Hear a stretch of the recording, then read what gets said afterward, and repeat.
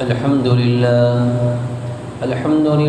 نحمده ونستعينه ونستغفره ونؤمن به ونتوكل عليه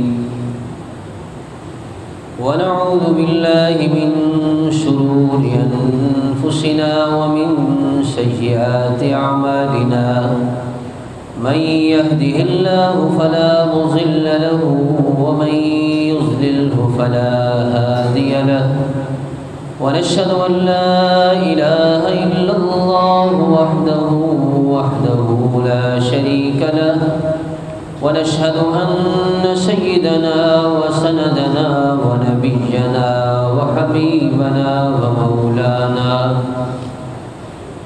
ومولانا وطبيبنا وطبيب قلوبنا محمد صلى الله عليه وعلى آله وسلم تسليما كثيرا أما بعد فأعوذ بالله من الشيطان الرجيم بسم الله الرحمن الرحيم النبي أولى بالمؤمنين من أنفسهم وأزواجه أمهاتهم وقال رسول الله صلى الله عليه وسلم لا يؤمن أحدكم حتى أكون أحب إليه من والده وولده والناس أجمعين صدق الله العظيم وصدق رسوله النبي الكريم ونحن على ذلك من الشاهدين والشاكرين والحمد لله رب العالمين۔ تمام حضرات محبت اور عقیدت کے ساتھ درود پاک پڑھیں۔ اللهم صل على محمد وعلى آل محمد كما صليت على إبراهيم وعلى آل إبراهيم إنك حميد مجيد۔ اللهم بارك على محمد وعلى آل محمد كما باركت على إبراهيم وعلى آل إبراهيم إنك حميد مجيد۔ قابل احترام بزرگان محترم، برادران اسلام، عزیز دوستوں اور بھائیوں، ایک ایمان والے کے دل میں اللہ جل جلالہ کی ذات عالی کے بعد سب سے زیادہ محبت اور عقیدت جس ذات کی ہوتی ہے اور ہونی چاہیے وہ نبی کریم صلی اللہ تعالی علیہ وسلم ہے۔ حضور پرنور صلی اللہ علیہ وسلم کی محبت کمال ایمان کے لیے، دنیاوی اور اخروی فلاح کے لیے ایک بنیاد کی حیثیت رکھتی ہے۔ آپ کی محبت کے بغیر اور آپ پر ایمان لائے بغیر کوئی بھی عمل بارگاہ الہی میں قابل قبول نہیں ہے۔ جو بھی عمل نبی کریم صلی اللہ علیہ وسلم کے مبارک طریقے اور آپ کی محبت اور آپ کی اتباع میں ہوگا وہی عمل اللہ کے ہاں قبول ہوگا۔ ایک ایمان والا وہ ہر چیز برداشت کر سکتا ہے، لیکن نبی کریم صلی اللہ علیہ وسلم کی ذات اقدس کے بارے میں اشارتاً، کنایتاً، صراحتاً کسی بھی انداز میں کوئی کمی، کوئی نقص برداشت نہیں کرتا، حتیٰ کہ اگر جان دینی پڑ جائے تو جان دینا بھی اپنی سعادت سمجھتا ہے۔ نماز اچھی، روزہ اچھا، حج اچھا، زکوٰۃ اچھی، مگر میں باوجود اس کے مسلمان ہو نہیں سکتا، نہ جب تک کٹ مروں میں شاہ بطحا کی حرمت پر، خدا شاہد ہے کامل میرا ایمان ہو نہیں سکتا۔ تاریخ گواہ ہے کہ جب کبھی بھی نبی کریم صلی اللہ علیہ وسلم کی ذات اقدس پر کسی بھی حوالے سے دشمنان اسلام نے حملہ کرنے کی کوشش کی تو صحابہ کرام کے زمانے سے اہل ایمان کا یہ وتیرہ اور طریقہ ہے کہ انہوں نے اس کا دفاع کیا، چاہے دفاع کے لیے مال قربان کرنا پڑا کیا، اپنا وطن علاقہ چھوڑنا پڑا، یہ جدائی برداشت کی، اپنی جان دینی پڑی تو جان دینا بھی اپنی سعادت سمجھا۔ حضرت خبیب رضی اللہ تعالیٰ عنہ صحابی رسول ہیں، کافروں کی قید میں تھے اور انہیں سولی پہ چڑھایا گیا۔ ایمان چھوڑنے کی، نبی کریم صلی اللہ علیہ وسلم کی نبوت اور رسالت کے اقرار سے انکار کی دعوت دی گئی کہ ان کی نبوت کو ماننا چھوڑ دو، جان بچ جائے گی، انہیں نبی مت مانو، اسلام دین چھوڑ دو، جان بچ جائے گی۔ سولی پہ چڑھے ہوئے ہیں، 40 نیزہ باز ہاتھوں میں نیزہ لیے کھڑے ہیں اور ہر ایک حکم کے انتظار میں ہے کہ حکم ملے تو ہم نیزہ ماریں۔ 40 نیزہ بازوں کے درمیان میں ایک صحابی وہ سولی پہ چڑھے ہوئے ہیں، اتنے میں انہیں دعوت دی گئی کہ اگر تم اس بات کو پسند کر لو کہ تمہارے بدلے میں نبی کریم صلی اللہ تعالیٰ علیہ وسلم کو نعوذ باللہ یہ سزا دی جائے اور تمہیں چھوڑ دیا جائے، کیا تم اس بات کو برداشت کرتے ہو؟ کیا تم دین سے، ایمان سے، نبوت اور رسالت کے اقرار سے پیچھے ہٹتے ہو؟ تو تمہاری یہ جان بخش دی جائے گی، تم صرف نبی صلی اللہ علیہ وسلم کی نبوت کا انکار کر دو، تمہیں چھوڑ دیا جائے گا۔ صحابی رسول عشق محبت میں، عشق و محبت نبی میں سرشار ہو کر کہتے ہیں واللہ، اللہ کی قسم، اللہ کی قسم، میری جان بخش دی جائے اور اس کے بدلے میں نبی کریم صلی اللہ علیہ وسلم کو ایک کانٹا چبھے، میں تو اسے بھی برداشت نہیں کر سکتا۔ میں جان دے دوں گا لیکن نبی کریم صلی اللہ علیہ وسلم کو ایک کانٹا چبھے، میں اسے برداشت نہیں کروں گا۔ جان دینا تو معمولی سی بات ہے۔ تو حضرات صحابہ کرام نے اپنے طرز عمل سے یہ امت کو پیغام دیا کہ جب بھی دشمنان اسلام کی جانب سے آپ کی ذات پر اور آپ کی امتیازی خصوصیات پر حملہ ہوتا ہے تو ایک ایمان والے کے ایمان کا تقاضا ہے کہ وہ اس کا دفاع کرے، وہ اس کے لیے اپنی جان دینی پڑے جان دے، مال دینا پڑے مال خرچ کرے، وقت دینا پڑے وقت لگائے، اس لیے کہ حضور پاک صلی اللہ علیہ وسلم کا امت پر ایک احسان ہے جو احسان ہم ساری زندگی چکا نہیں سکتے۔ آپ علیہ الصلوۃ والسلام کی انہی امتیازی خصوصیات میں سے ایک امتیازی خصوصیت آپ کا خاتم الانبیاء ہونا ہے، جو سلسلہ نبوت حضرت آدم علیہ السلام سے چلا اور نبی کریم صلی اللہ علیہ وسلم پر آ کر وہ سلسلہ ختم ہوا۔ اب رہتی دنیا تک کے لیے نبوت کا سلسلہ ختم ہو گیا، آپ خاتم الانبیاء بن کر، خاتم النبیین بن کر، آخری نبی بن کر اس دنیا میں تشریف لائے۔ اب آپ کے ختم نبوت پر اگر کوئی ملعون حملہ کرتا ہے اور آپ کی ختم نبوت کو تسلیم نہیں کرتا، ختم نبوت کا انکار کرتا ہے، تو امت مسلمہ کا یہ متفقہ فیصلہ ہے کہ ایسا آدمی دائرہ اسلام سے خارج ہے۔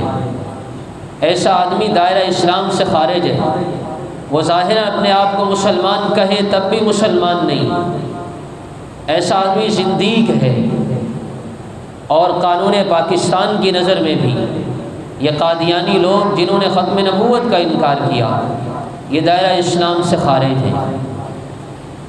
اور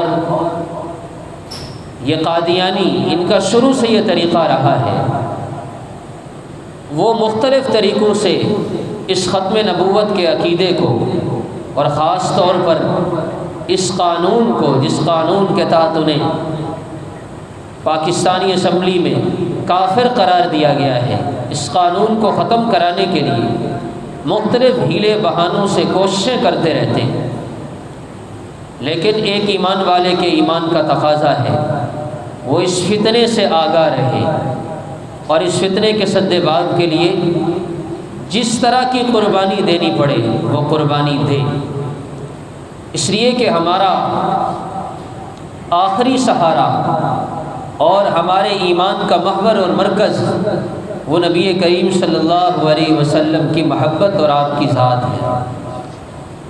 اللہ تعالیٰ نے قرآن کریم میں اعلان فرمایا النبی اولیٰ بالمؤمنین من انفسہم وازواجہ امہاتہم، کہ ایمان والوں کے لیے ان کی جانوں سے زیادہ عزیز اگر کوئی ہستی ہے تو وہ نبی کریم صلی اللہ علیہ وسلم۔ اس پر بے شمار واقعات تاریخ کی کتابوں میں موجود ہیں۔ حضرت زید بن حارثہ رضی اللہ تعالی عنہ صحابی رسول ہیں، نبی کریم صلی اللہ علیہ وسلم کے منہ بولے بیٹے ہیں۔ ان کا ایک واقعہ فضائل اعمال اور دیگر کتابوں میں موجود ہے، جن سے ان کے عشق نبی کا پتہ ملتا ہے۔ والدہ کے ساتھ ننیال جا رہے تھے، راستے میں بنو قیس نے قافلہ لوٹا، حضرت زید رضی اللہ تعالی عنہ کو غلام بنا کر لا کر کے مکہ کے بازار میں بیچ دیا۔ حکیم ابن حزام رحمۃ اللہ علیہ حضرت خدیجہ رضی اللہ تعالی عنہ کے بھتیجے ہیں، بھانجے ہیں، انہوں نے خریدا اور خرید کر کے اپنی خالہ حضرت خدیجہ رضی اللہ تعالی عنہ کو بطور ہدیہ کے دے دیا۔ اما خدیجہ رضی اللہ تعالی عنہ کا جب نکاح نبی کریم صلی اللہ علیہ وسلم سے ہوا تو وہ حضرت زید کو بھی اپنے ساتھ لائیں۔ اب حضرت زید رضی اللہ تعالی عنہ کے والد انہیں تلاش کرتے رہے، طویل واقعہ ہے، بیٹے کی محبت میں جگہ جگہ تلاش کیا، کہیں نہ ملے، اور بیٹے کے فراق میں گھر سے باہر نکل جاتے اور اشعار پڑھا کرتے جن کا مفہوم یہ ہے کہ اے بیٹے جب تک سورج نکلتا رہے گا اور میری سانس چلتی رہے گی تب تک میں تجھے تلاش کرتا رہوں گا، اور جب تک تو مجھے نہیں ملتا میں اطمینان اور سکون سے نہیں بیٹھوں گا۔ ان کے علاقے کے چند لوگ حج کے لیے مکہ مکرمہ آئے اور وہاں حضرت زید رضی اللہ تعالیٰ عنہ کو دیکھا، ان سے ان کے والد کے احوال بتلائے کہ آپ کا جو والد ہیں وہ آپ کی محبت میں بڑے بے قرار ہیں اور آپ کو تلاش کرتے ہیں صبح سے لے کر شام تک۔ حضرت زید رضی اللہ تعالیٰ عنہ نے اپنے والد کے لیے 3 اشعار کہے۔ پہلا شعر یہ تھا کہ میرے والد سے کہہ دیں کہ میں مکہ میں ہوں، میں خیریت سے ہوں اور میں کریم لوگوں کی غلامی میں ہوں، میں کریم لوگوں کی غلامی میں ہوں، آپ پریشان نہ ہوں۔ والد کو اطلاع ملی، وہ ان کے چچا کو ساتھ لے کر اور فدیہ لے کر نبی کریم صلی اللہ علیہ وسلم کی خدمت میں حاضر ہوئے اور آ کر کے عرض کیا کہ اے بنو ہاشم آپ بڑے کریم لوگ ہیں، آپ تو غلاموں کو آزاد کراتے ہیں، آپ بھوکوں کو کھانا کھلاتے ہیں، آپ لوگوں پر رحم کرتے ہیں، آپ بڑے عالی صفات کے حامل خاندان سے تعلق رکھتے ہیں۔ ہم آپ سے ایک گزارش کرتے ہیں کہ آپ ہم سے فدیہ لے لیں، اور جتنا عام لوگ ایک غلام کا فدیہ لیتے ہیں آپ اس سے زیادہ لے لیں، لیکن ہمارے بیٹے کو آزاد کر کے ہمارے ساتھ روانہ کر دیں۔ آپ علیہ الصلوۃ والسلام نے جواب میں فرمایا بس اتنی سی بات ہے۔ وہ تو سمجھے تھے کہ بہت بڑی رقم مانگیں گے۔ آپ علیہ الصلوۃ والسلام نے فرمایا بس اتنی سی بات ہے جس کے لیے آپ تشریف لائے ہیں، زید کو بلائیں اور اس سے پوچھ لیں، اگر وہ آپ کے ساتھ جانا چاہے تو میری طرف سے بغیر فدیے کے لے جائے، اور اگر وہ میرے پاس رہنا چاہتا ہے تو پھر میں کسی شخص کو مجبور نہیں کر سکتا۔ اب آپ چشم تصور سے دیکھیں، حضور پاک صلی اللہ علیہ وسلم تشریف فرما ہے، حضرت زید کے والد بھی موجود ہیں، چچا بھی موجود ہیں، حضرت زید کو بلایا گیا۔ حضرت زید آئے، دیکھا کہ والد بھی بیٹھے ہیں اور چچا بھی بیٹھے ہیں، نبی کریم صلی اللہ علیہ وسلم بھی تشریف فرما ہے۔ آپ نے پوچھا زید انہیں جانتے ہو، یہ کون ہے؟ ان دو شخصوں کو جانتے ہو، یہ کون ہے؟ فرمایا ہاں یہ میرے باپ ہیں اور یہ میرے چچا ہیں۔ تو آپ علیہ الصلوۃ والسلام نے فرمایا کہ یہ تمہیں لینے کے لیے آئے ہیں، اگر تم جانا چاہو تو تمہیں اجازت ہے، اور اگر تم میرے ساتھ رہنا چاہتے ہو تب بھی تمہیں اختیار ہے۔ حضرت زید رضی اللہ تعالی عنہ نے بلا سوچے سمجھے فوراً فرمایا یا رسول اللہ میں آپ کے ہوتے ہوئے بھلا کسی اور کو کیسے پسند کر سکتا ہوں؟ آپ کے ہوتے ہوئے میں کسی اور کو کیسے پسند کر سکتا ہوں؟ میں آپ کے ساتھ رہوں گا۔ حضرت زید کے والد اور چچا حیران رہ گئے اور کہا اے زید کیسی بات کر رہے ہو، آزادی پر غلامی کو ترجیح دے رہے ہو، اور اپنے کنبے قبیلے خاندان کے مقابلے میں اس فراق کو، اس جدائی کو اور اس بے گھر ہونے کو ترجیح دے رہے ہو۔ حضرت زید رضی اللہ تعالیٰ عنہ نے زبان حال سے کہا کہ تمہیں کیا خبر ان کی غلامی میں مزہ کیا ہے؟ تمہیں کیا خبر ان کی غلامی میں مزہ کیا ہے؟ تڑپ کر جان دے دوں گا اگر مجھ کو رہا کر دیں۔ فرمایا کہ میں نے ان میں جو اخلاق دیکھے ہیں اور میں نے ان میں جو چیز دیکھی ہے میں ان کے مقابلے میں کسی چیز کو ترجیح نہیں دے سکتا۔ نبی کریم صلی اللہ علیہ وسلم نے جب یہ بات سنی تو حضرت زید کو بلایا اور اپنی گود میں بٹھا کر فرمایا آج سے زید میرا بیٹا ہے، آج سے زید میرا بیٹا ہے۔ تو ان کے والد اور چچا خوشی خوشی واپس چلے گئے۔ بھائیو تاریخ گواہ ہے کہ صحابہ کرام نے نبی کریم صلی اللہ تعالیٰ علیہ وسلم کی محبت کو اور آپ کی رفاقت کو ہر چیز پر ترجیح دی۔ مدینہ کا شہر ہے، ایک ننھا منا بچہ وہ مدینہ کی گلیوں میں کاغذ چن کر انہیں بیچ کر گزارا کرتا ہے۔ ہمارے اکابر میں شیخ الاسلام شیخ العرب والعجم سید حسین احمد مدنی رحمۃ اللہ علیہ 20 سال تک روضہ مبارک کے سامنے بیٹھ کر درس حدیث دیا۔ دارالعلوم دیوبند میں انور شاہ کشمیری رحمۃ اللہ علیہ کا انتقال ہوا۔ بڑے غضب کا حافظہ رکھتے تھے۔ ان کے انتقال کے بعد دارالعلوم دیوبند کے شیخ الحدیث کے لیے حسین احمد مدنی رحمۃ اللہ علیہ کا انتخاب ہوا کہ آپ مدینہ چھوڑ کر یہاں آئیں اور دیوبند کے شیخ الحدیث بن کر درس حدیث دیں۔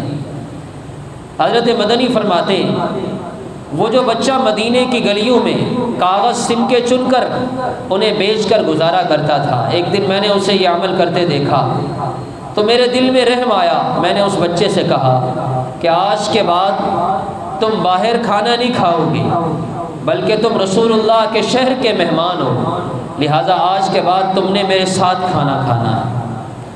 وہ بچہ میرے ساتھ بیٹھ کر کھانا کھاتا۔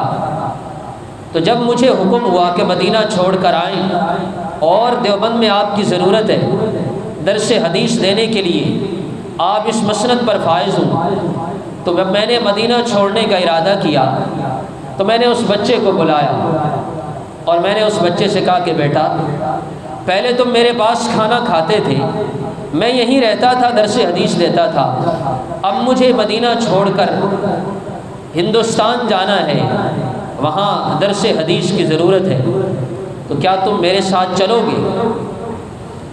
اب ایک معصوم بچہ جس کا کفیل کوئی نہیں ہے، یتیم و مسکین ہے، جس کا گھر کوئی نہیں ہے، جس کے پاس چھت کوئی نہیں ہے، جس کے لیے کھانے کا انتظام کوئی نہیں ہے، بے آسرا ہے، بے سہارا ہے، اور کھانے کا انتظام یہاں ہوتا ہے، اب وہ ظاہری اسباب بھی ختم ہو رہے ہیں۔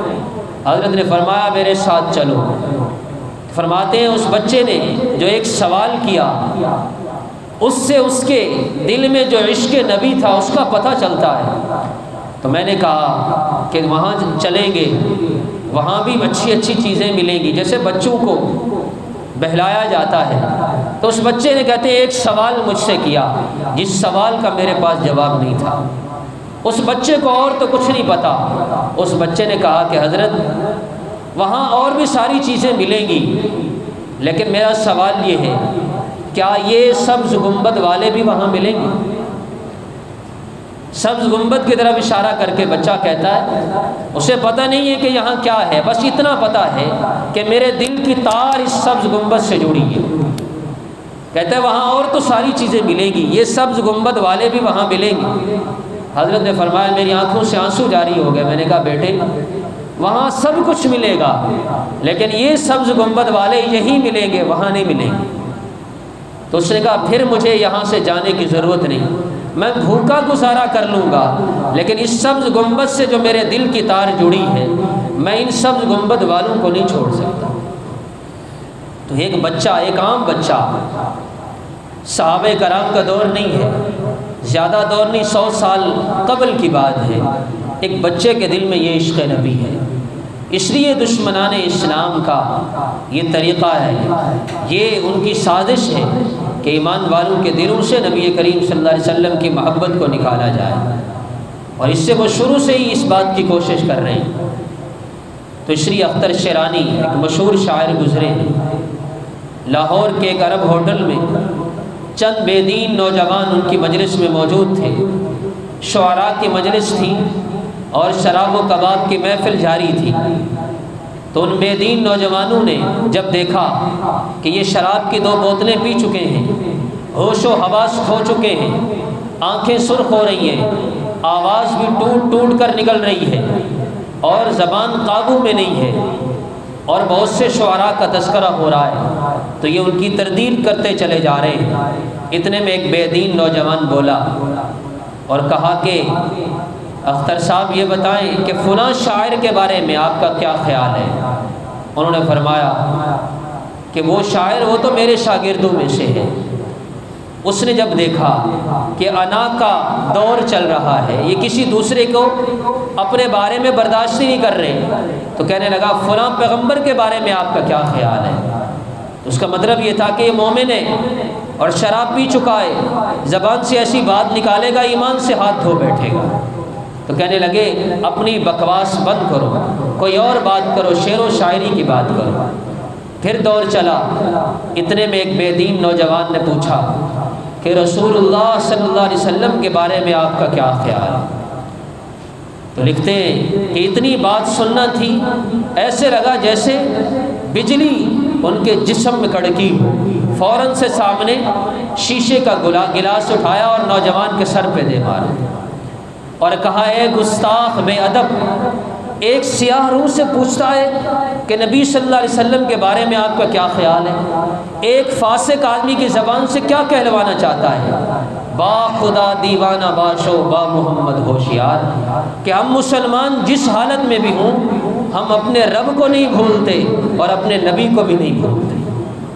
با خدا دیوانہ باش، ہم اپنے رب کے دیوانے ہوتے ہیں، و با محمد ہوشیار، اور ہم اپنے نبی کے بارے میں ہمیشہ ہوشیار رہتے ہیں۔ اور اسے مجلس سے اٹھایا اور لکھا ہے کہ ان کی آنکھوں سے آنسو روا تھے، ساری رات روتے رہے، اور یہ کہا کہ یہ بے دین اور کافر لوگ اتنے جری ہو گئے کہ ہم سے آخری سہارا بھی چھیننا چاہتے ہیں۔ ہمارا آخری سہارا کون ہے؟ نبی کریم صلی اللہ علیہ وسلم۔ یہ بے دین لوگ ہم سے ہمارا آخری سہارا بھی چھیننا چاہتے ہیں۔ ساری رات روتے رہے اور اپنی اس زندگی سے توبہ کی۔ اس لیے بھائیو، نبی کریم صلی اللہ علیہ وسلم کی محبت یہ ہمارے ایمان کا محور اور مرکز ہے، یہ ہمارا آخری سہارا ہے۔ آپ علیہ الصلوۃ والسلام پر اپنی جان، مال، وقت لگانا ہم اپنے لیے سعادت سمجھتے ہیں، اور آپ کی ختم نبوت کا تحفظ کرنا ہم اپنے ایمان کا حصہ سمجھتے ہیں۔ اللہ تعالی ہم سب کو نبی کریم صلی اللہ علیہ وسلم کی کامل محبت عطا فرمائے۔